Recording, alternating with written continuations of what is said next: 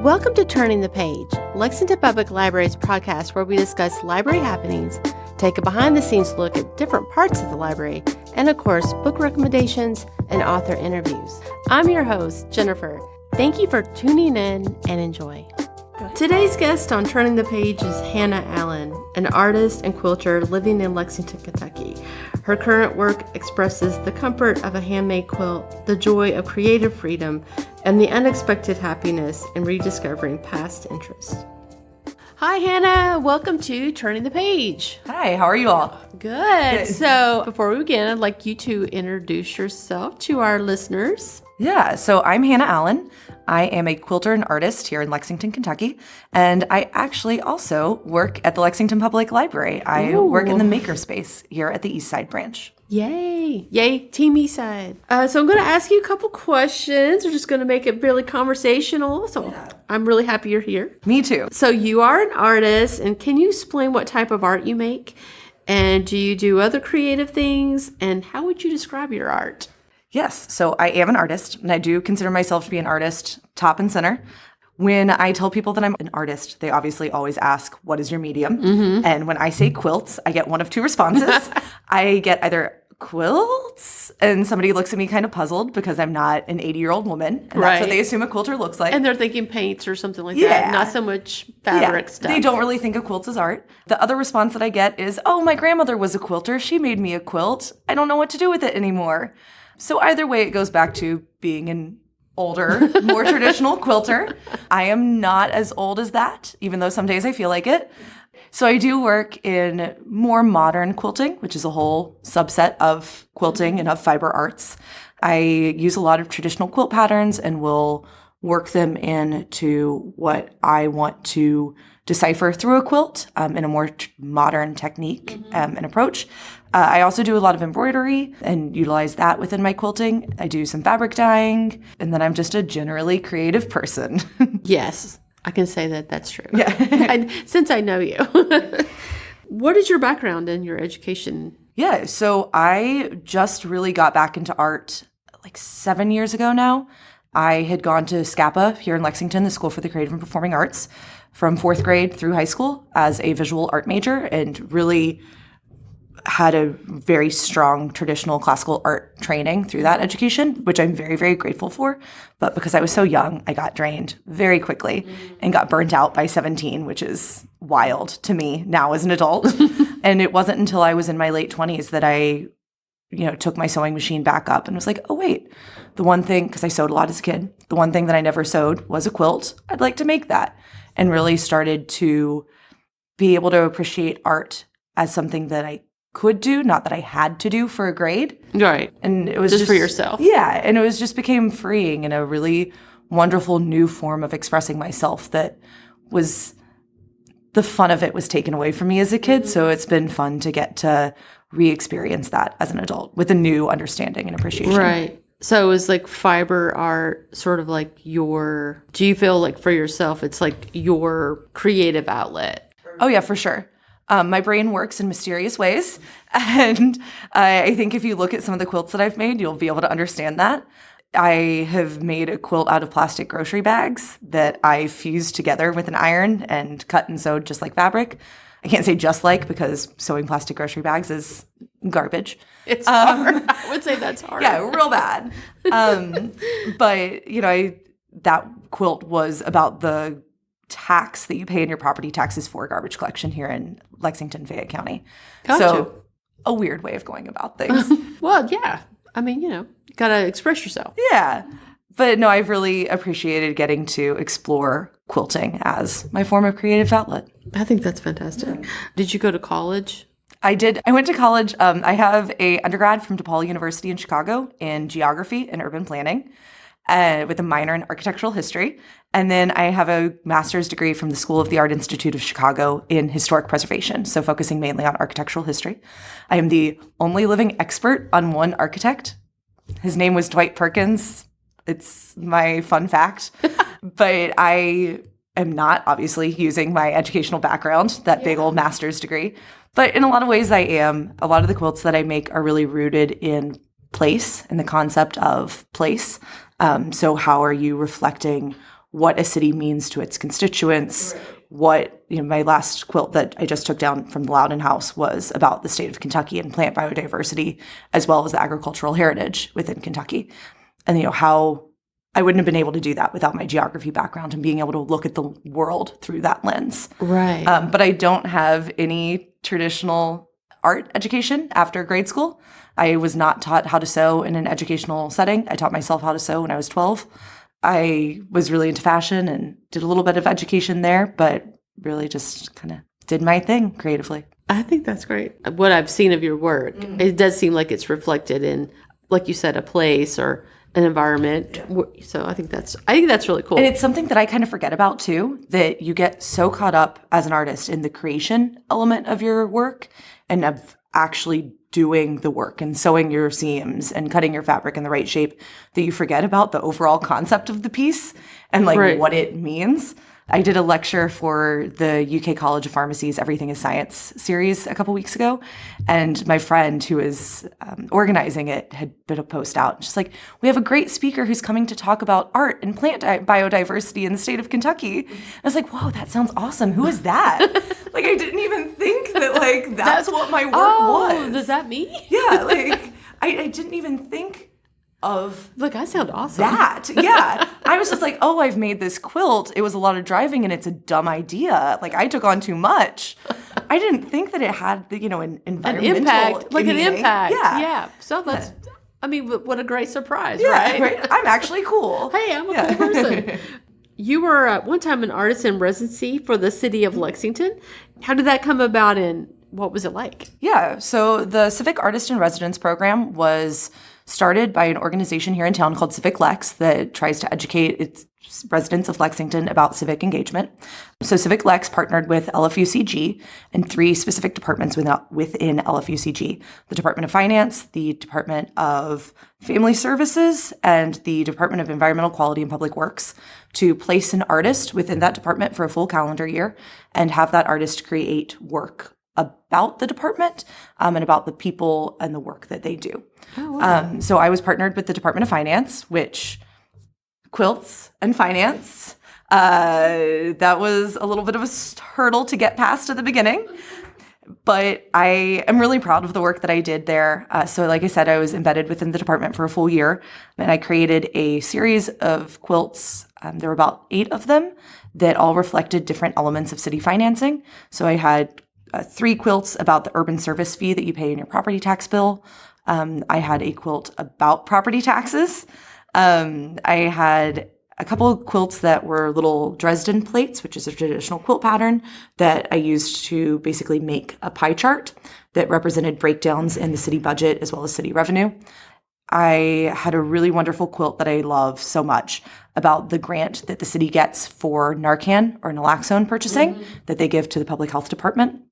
And the quilt itself is a traditional double wedding ring.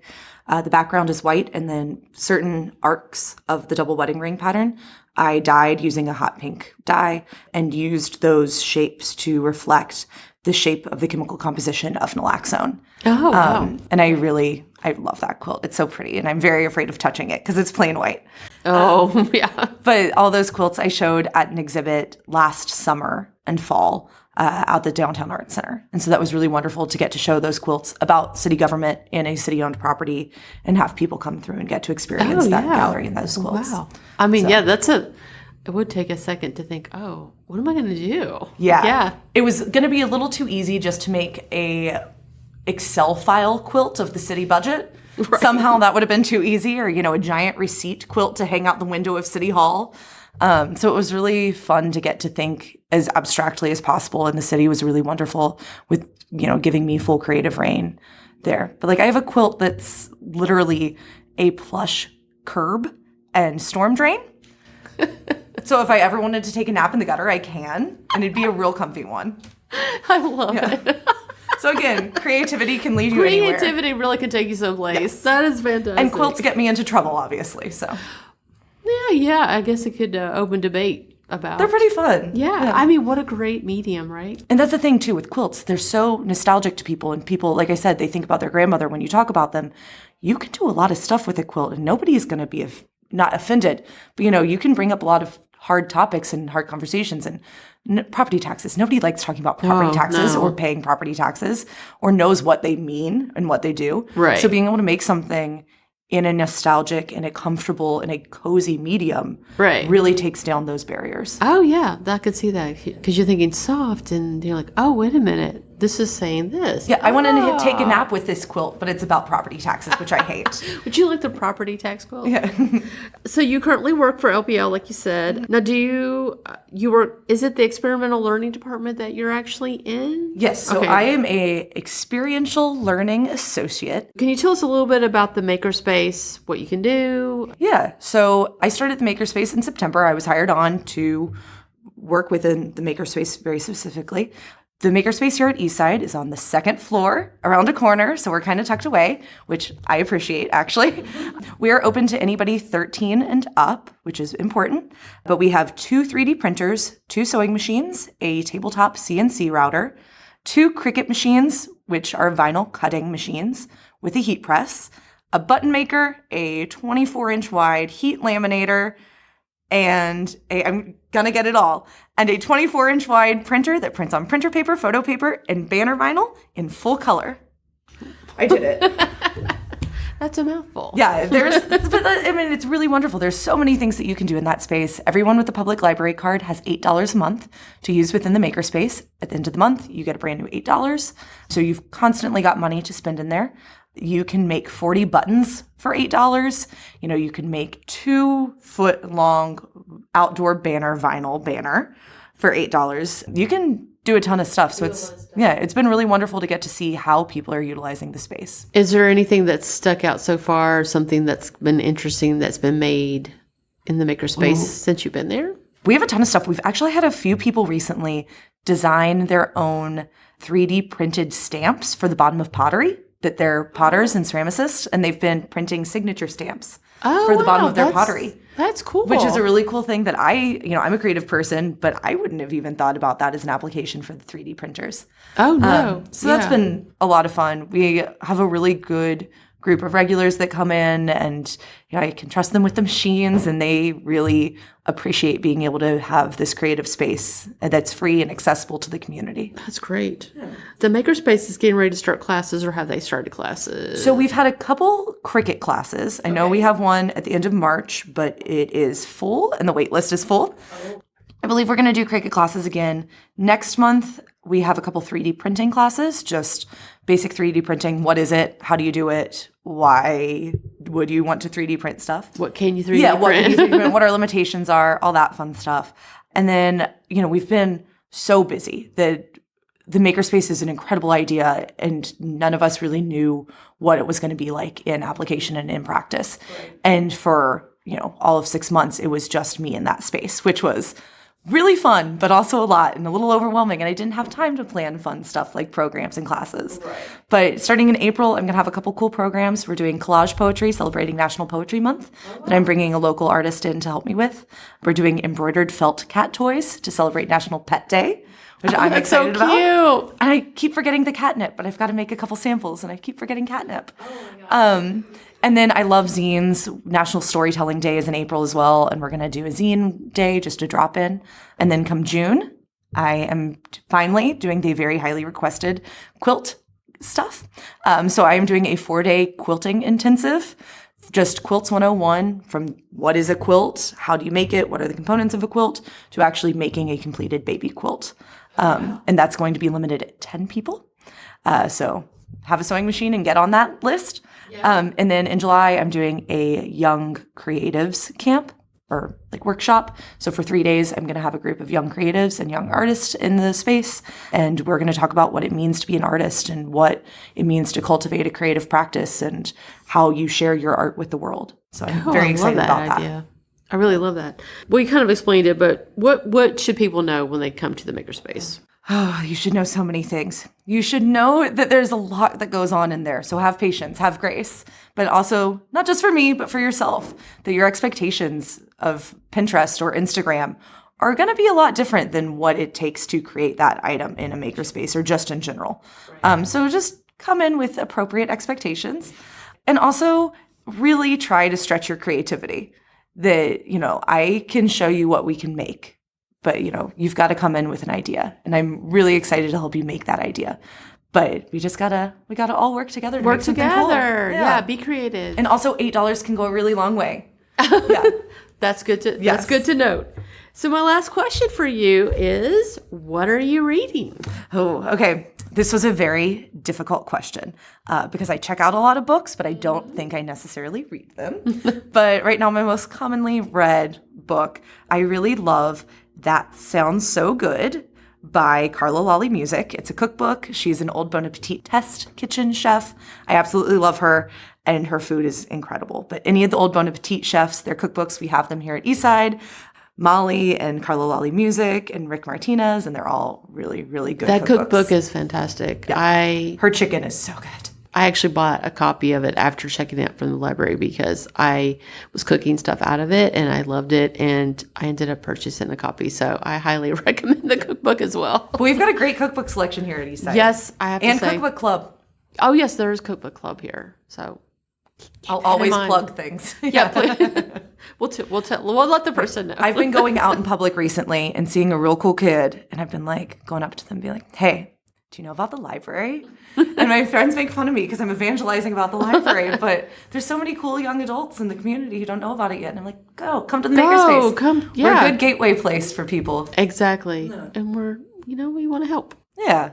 Well, thank you so much, Hannah. It was really great for you to come. I'm so glad I got to be here today. I'm so glad you came. Thank you, and hope you have a good rest of your week. Yeah, you too. Thank you. We're going to do a different kind of segment today. On March, the library is hosting Girls Who, a celebration of careers not traditionally held by gender minorities. We found out that podcasting is one of these fields. A 2017 study by WNYC Studios found that only 1/3 of the top 100 podcasts were hosted by women. Another study published in 2020 by Werner et al. In Permanente Journal echoed this statistic. I feel like this number has to have improved over the last 6 years, but there aren't any more recent studies. So today on Girls Who Podcast, we are interviewing Juniper Myers, Cecilee Salyers, and Brooke Hensley about their work on the library's Girls Who program. Well, thank you all for joining us today on Turning the Page. It's a different kind of interview segment than we've done before. We're calling it Girls Who Podcast to tie in with this program. So I'm going to jump us right in. So, Juniper, would you tell us about the Girls Who program? Yeah, so it's a program we're doing during Women's History Month, where we've got women from different careers around Lexington coming in, talking about what they're doing, how they got there, to teens. Oh, wow. Okay. Yeah. Awesome. This could be for anybody, or just how you want to talk about it. How did you all come up with the idea? Cecilee? That was just thinking on how my role in the system has been navigating finding mentors and bridging partnerships with teens in our area, because a lot of the time they don't have time to come to us. So we have to really bring out a draw.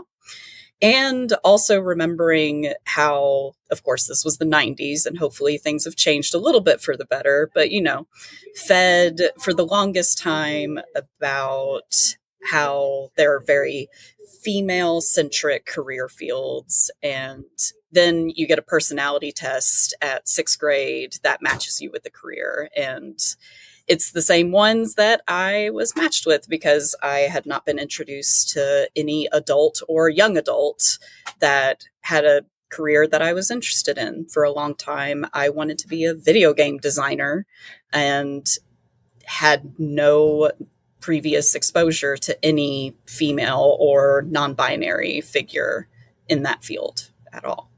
So just wanting to give interactive workshops and show and tell career style days that are actually kind of fun and a little bit more interesting exposure to career fields like tattooing and streaming games for charity and the like.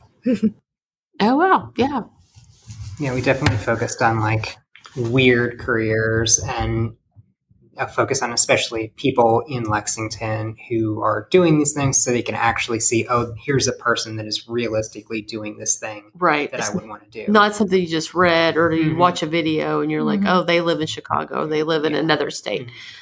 They're right here in our community doing stuff. That's great. Yeah. Well, I read a statistic when we were starting to open the experiential learning spaces about how by age 8, girls had already kind of self-selected out of any sort of STEM career, anything that seemed heavy in science or math, because they felt like they weren't smart enough to do it already at age 8. Oh, God. So I think programs like this, especially since I have a daughter, to make sure that girls get to see people like them in their field and to just open up their world a little bit more so that by age 8, hopefully they're not Oh, yeah.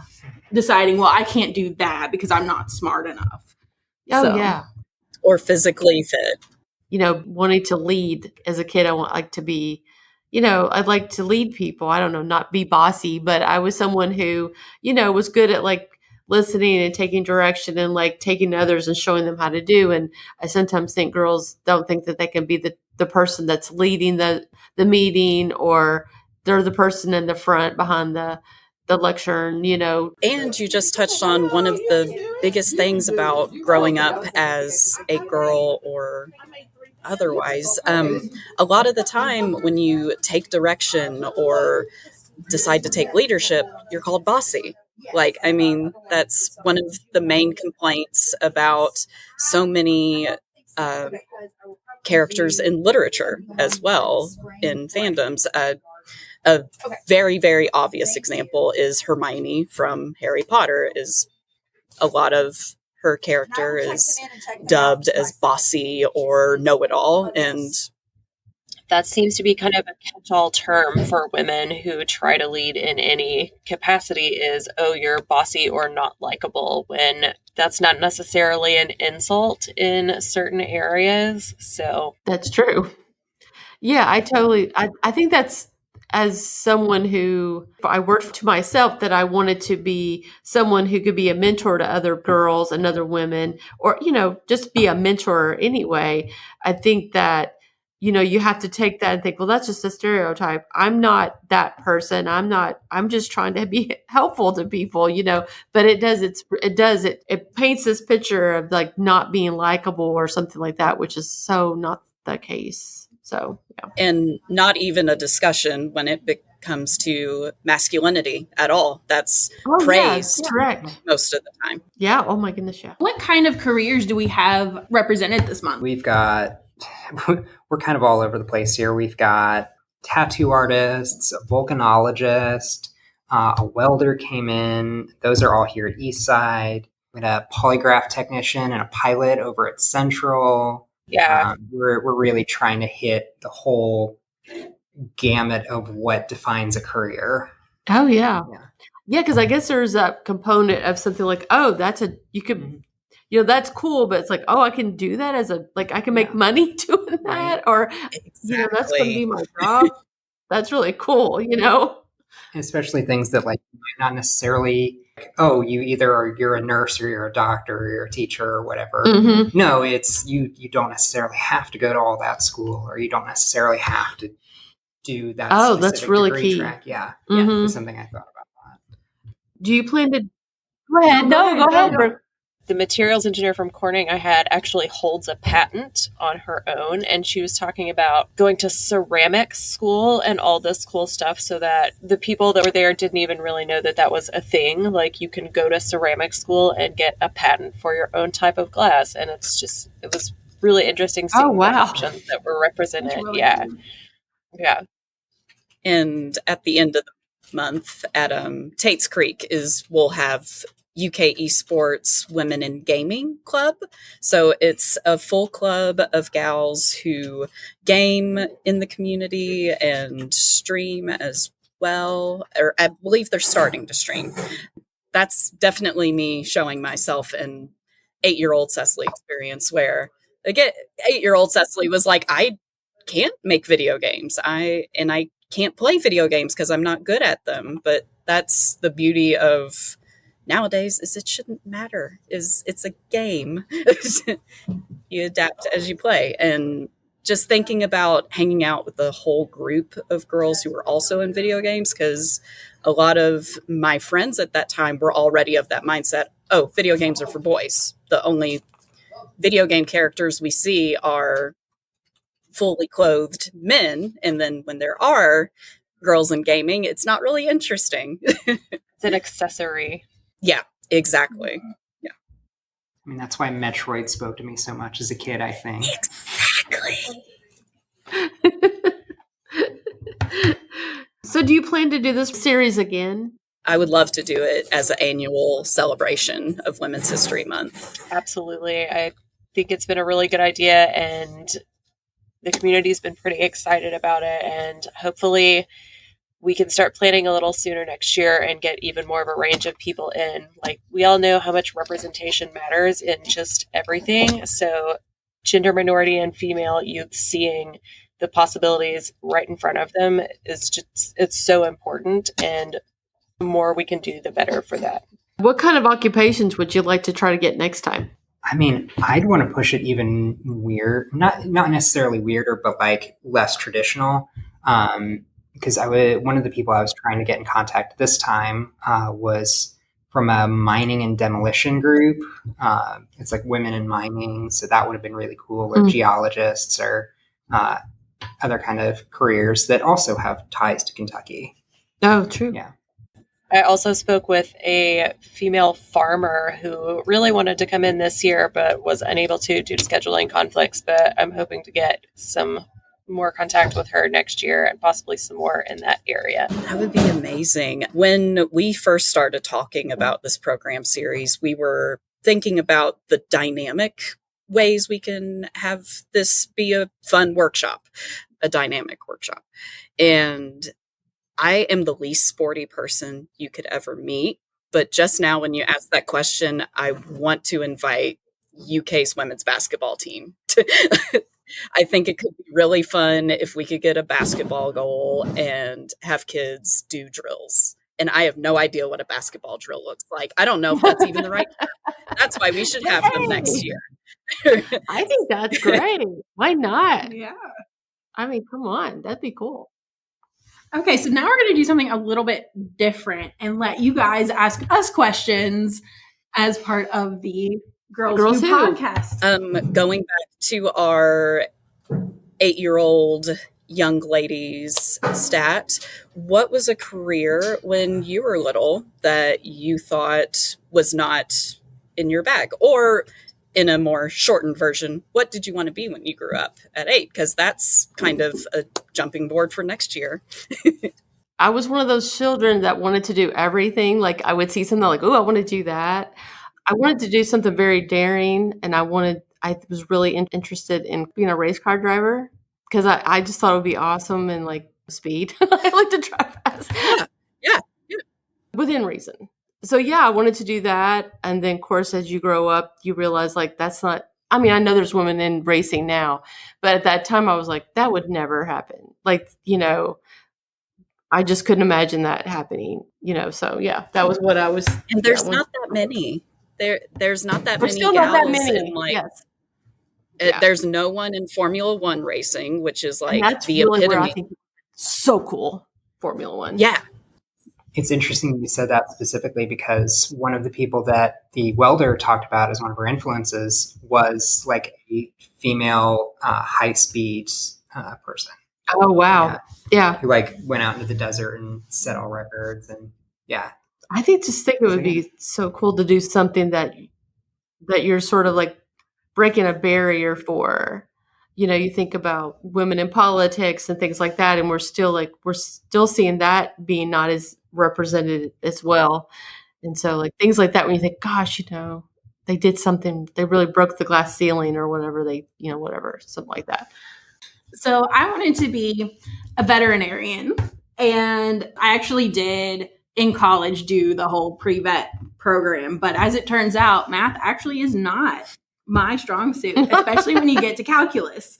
I'm fine up to there, but I did not do very well in calculus. So I did not keep going in that program. But more than wanting to be a veterinarian, I wanted to like have a big Victorian house and run it. That's what I wanted to do at 8. And that is a very odd thing for an 8-year-old to want to do, but that's really Did that you was watch my big upstairs, dream. downstairs? Were you like watching that show? No, we did watch a lot of PBS because we didn't have cable, so I'm sure that influenced me in some fashion to just want the house and then somehow a career to fund that house. I mean, my mom would always ask me like, well, what do you want to like, what do you want to do now? And I really wanted to do, at some point it was like 9, I wanted to be a talk show host.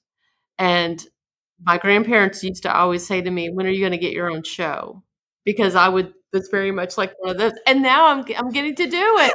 And I'm like so thrilled with myself. I just realized I told my mom that. She's like, she said that the grandparents would always say, so when are you going to get your own show? And I'm like, oh, I'm working on it. And I'm like trying to figure out who my band leader is going to be. Like, I was like going to be Johnny Carson, or something like that.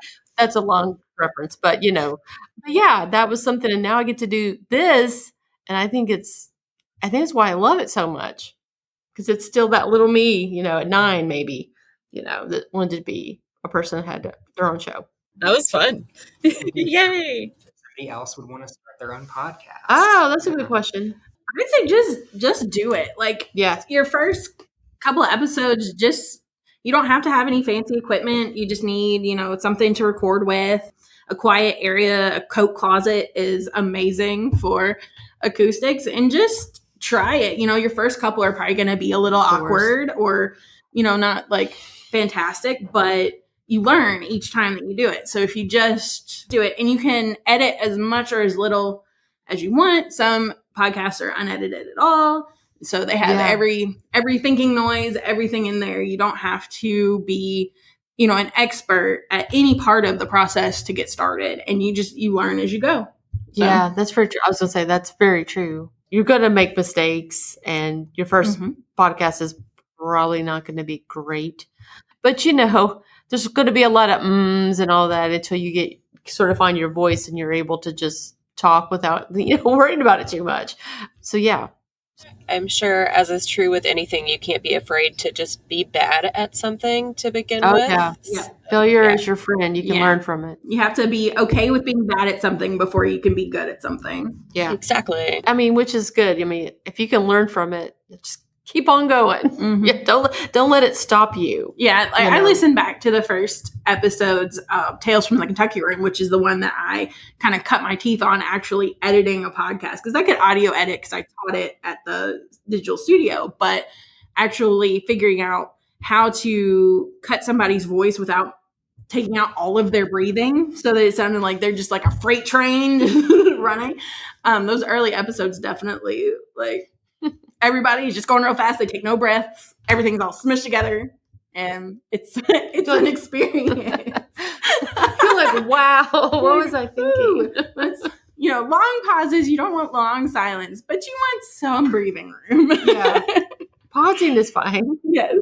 Well, yeah, I mean, I think make bad art is a whole thing. Yeah. Quick shout out to solo programming, make bad art at the library. Nice. But yeah, I think that's a really valuable thing, is you don't need to necessarily be doing something immediately good. You don't have to be perfect at it. You can just do something. You can be as good as you are at it, and then grow the skills you want to grow. Yeah. I mean, sometimes just dabbling at something kind of makes you see that maybe it's not that one component of something that is that's not the niche, but it could be something else that comes from that you find your voice, or you find that thing that really makes you happy. So I think that's what's wonderful about being able to us just talking about this today. I mean, you start thinking about things about your life and how we do things every day and what we want to do, what we, the dreams we had and all those things. So, I mean, that's a podcast. And so look, here we're talking about that, we created a podcast. So, and I do want to say, even though calculus was not my strong suit, I still ended up with a biology degree because I adored it. And once I got past that one class, and I passed it just by the skin of my teeth. And so I kept going with that. So you don't have to, even if you're original idea isn't what you end up doing, you can still do the parts that you enjoy and you love, and then you end up using them, in your whatever job you end up doing. So like I have done cholera programs. We did a cholera podcast series. With my understanding of biology, it was a lot easier for me to kind of be into those weirder, interesting topics and be able to design programs around them. So, Oh, yeah. No, that's a really good point. I think that even kind of brings it back to the variety that we have in our Girls Who program is just like sampling a variety of fields so you can see what all is out there. Like you said, you went through the pre-vet program and you stumbled on one part of it, but you still got the biology degree. And then that leads you to see all the different things that you can do with that. So the variety that we've had in like, not even just non-traditional female fields, but like the volcanologist and just really outlier fields in general, I feel like is a really big thing for the program in general. Oh, yeah. mm-hmm. And yeah, the welder started out in jewelry school, and she's taught welding and like MIG welding and larger scale stuff. But I mean, there's this whole transformation through her career, but she still held onto that stuff. I mean, even me, like my bachelor's degree is not in anything related to library science. I went to art school. Right. So, yeah. So did I. The polygraph technician actually has a degree in art history and ended up going on to join the police department and working in undercover operations and now doing polygraph technician work. And it's just the journey of all these backgrounds to all these different careers is really, really interesting. And all of our speakers have been, for the most part, explaining kind of in a nutshell how they got from the idea of being this thing to actually being this thing. And it's just really informative and educational overall for staff and attendees alike. It's kind of my favorite part of the whole thing, is that like how people figured it out and put it together. Yeah. Oh, yeah. That's cool. Yep. That's wonderful. Okay, so we always end our interviews by asking our interviewees what they are reading. So if you guys just want to go around and tell us what you're reading and why you like it or don't like it, that is even That's also more fun. interesting. I just yesterday started listening to Infinity Sun by Adam Silvera. I have not listened to or read any of their books, and it's been a long time in my TBR that I've wanted to read They Both Die at the End, but I was feeling more fantasy first, which I believe that's also fantasy, but finally given Adam Silvera the try. And so far, really fun. I am reading a few things. I've been on kind of a Catherine Dunn kick lately. I just finished Toad, which was fantastic, and now I'm reading Geek Love, which is also tragic and fantastic. I'm also reading a young adult book called Gabby Girl in Pieces by Isabella Quintero for the teen book club that will be starting here in a couple months. It's going to be Finding Your Voice, Speaking Truth to Power. We have a short reading list for anyone interested in that. And I'm also reading Haunted History of Invisible Women by Leanna Hyber, which is a book of short pieces, some essays, etc., about stories of female ghosts as well as historical events that bred the ghost tales here in America. So it's really interesting. Definitely recommend that one. That sounds really cool.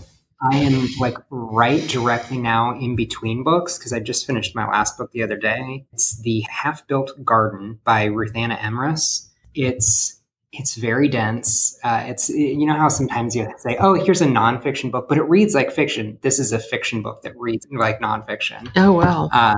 It's kind of a counterpoint to ideas of like a solar punk future or a cyberpunk future where you've got aliens coming to Earth and humanity's reaction to what if aliens came to Earth and said, great, we found you. Now we need to get you all off this planet right now. And that's where the book starts. So it's very good. It is very dense, but I really enjoyed it. So now I have to find something really, really lighthearted to kind of like refresh my brain. Right. So I'm looking for my next one right now. That's cool. Yep. Awesome. Well, thank you all Thank for you, joining guys. us today. It was really fun to do this different kind of segment Yes, than we what enjoyed we it. normally do. We really appreciate it. Yeah, so thank you guys so much. Thanks for having us on. Thank you. Bye. Thanks for listening to Turning the Page, a podcast brought to you by Lexington Public Library staff. If you've enjoyed listening, please take a moment to subscribe, rate, and review the podcast on Apple Podcasts, Stitcher, Spotify, or wherever you listen to podcasts. If you have any questions or suggestions for future podcasts, you can email us at elibrarian@lexpublib.org. That's elibrarian@lexpublib.org. I'm Jennifer, and we'll be back to turn another page.